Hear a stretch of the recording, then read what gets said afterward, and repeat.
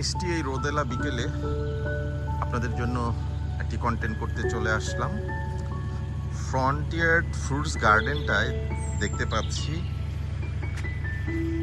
মাশাআল্লাহ অনেক অনেক ডালিম এসেছে। এটা অ্যাবসলিউটলি একটা দেশি ব্রিডের ডালিম গাছ। পাকলে আপনার ভিতরে লাল হয়, বাট বিচিটা শক্ত, টক মিষ্টি স্বাদ হয়, কিন্তু সম্পূর্ণ দেশি এবং অ্যাবসলিউটলি প্রাকৃতিক উপায়ে গ্রো হচ্ছে। বৃষ্টির কারণে বাগানের ঘাসগুলো অনেক বড় বড় হয়ে যায়, খুব দ্রুত বড় হয়ে যায়।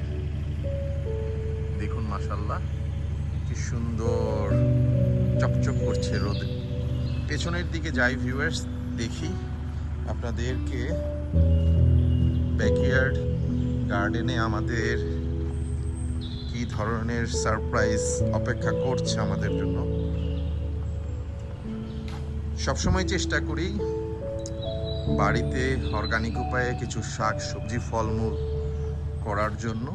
আলহামদুলিল্লাহ প্রতিনিয়ত আপনাদের সাথে শেয়ার করার ট্রাই করি, বাট আসলে সবসময় কন্টেন্ট করা হয় না। এদিকে আমাদের যে ওয়াটার রিজার্ভারি ট্যাঙ্কিটা আছে, এটার পাশে একটু র্যাম্পের মতো করে একেবারে দেশি বেগুন গাছ লাগিয়ে দিয়েছিলাম।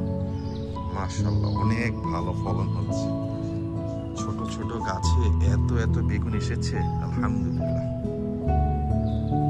8-10টা গাছ হবে, ঝাঁকে ঝাঁকে লম্বা লম্বা বেগুন। মাশাআল্লাহ দেখুন ভিউয়ার্স, মাশাআল্লাহ সম্পূর্ণ প্রাকৃতিক, কোনো ধরনের আর্টিফিশিয়াল বা সিনথেটিক ফার্টিলাইজার কিছুই দেওয়া হয়নি। প্রাকৃতিকভাবে আল্লাহর রহমতে এটা গ্রো হচ্ছে। আপনারা বিভিন্ন কন্টেন্টে আমাদের এই ব্যাকইয়ার্ড গার্ডেনটা দেখেছেন।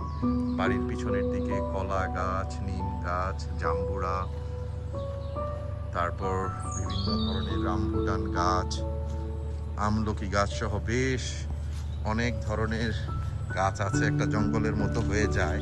এদিকে আছে অর্গানিক কচু, হলুদ, তারপর হচ্ছে এলিফ্যান্ট ফ্রুট, যে আলুটা আছে, ওলকচুটা সেটাও আছে। মাশাআল্লাহ একটা লেবু গাছও আছে দেখতে পাচ্ছি। মাশাআল্লাহ খুব সুন্দর দুই ছড়া একেবারে দেশি পাহাড়ি চাপা কলা চলে আসছে। অনেক কন্টেন্টে আপনাদেরকে দেখিয়েছিলাম, আজকে আরেকবার আরেকটু দেখাই ভিউয়ার্স।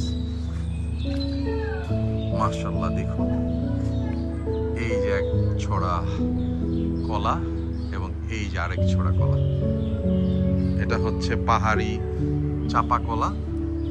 আপনারা বেশ অনেকগুলো কন্টেন্টে দেখেছেন, আমাদের মিধা ভাই হারভেস্ট করে দিয়েছে। ভিউয়ার্স এই চাপা কলাটা দেখে আসলে মনের অজান্তে একটি দীর্ঘ নিঃশ্বাস চলে আসলো। এই মুহূর্তে স্মরণ করছি আমার এক আঙ্কেল, আমার বাবার খুব ক্লোজ ফ্রেন্ড ছিলেন। উনি একজন বীর মুক্তিযোদ্ধা ছিলেন, ওনার নাম আবুল কাশেম ফালা। তো ফালা আঙ্কেলের কথা আমরা আসলে কাশেম আঙ্কেল বলেই তাকে জানতাম। এই আঙ্কেল আমাদেরকে প্রায় এই কলার ছড়াটা বা কলার বাগানটা ভিউয়ার্স 10 বছরের বেশি হবে, 10-12 বছর হবে। এখান থেকে প্রতিনিয়ত কলা গাছ গ্রো করে মারা যায় এবং আবার হয়। তো এই কলা গাছগুলো সেই সুদূর নরসিংদী থেকে আঙ্কেল আমাকে এনে দিয়েছিল। এই আমাদের বীর মুক্তিযোদ্ধা কাশেম আঙ্কেল, আজকে উনি দুনিয়াতে নাই, আল্লাহ তাকে বেহেশত নসিব করুক। আঙ্কেল অত্যন্ত ভালো মানুষ ছিলেন, সৎ নেককার মানুষ ছিলেন। তো আঙ্কেলের হাতে লাগানো এবং উনিই লাগিয়ে দিয়েছিলেন গাছটা। এখনো কিন্তু এই কলার বাগানটা রয়ে গেছে। কলা গাছ হচ্ছে আমরা উপভোগ করছি, পশু পাখি খাচ্ছে, কিন্তু যিনি গাছটা অ্যারেঞ্জ করে দিয়েছিলেন তিনি নাই। এটাই প্রকৃতির নিয়ম, সময় সাথে সাথে সবাইকেই চলে যেতে হয়। কি আর করা যাবে, আল্লাহ আঙ্কেলকে জান্নাতবাসী করুক। ভিউয়ার্স আমরা দেখতে দেখতে প্রায় কন্টেন্টের শেষ দিকে চলে এসেছি।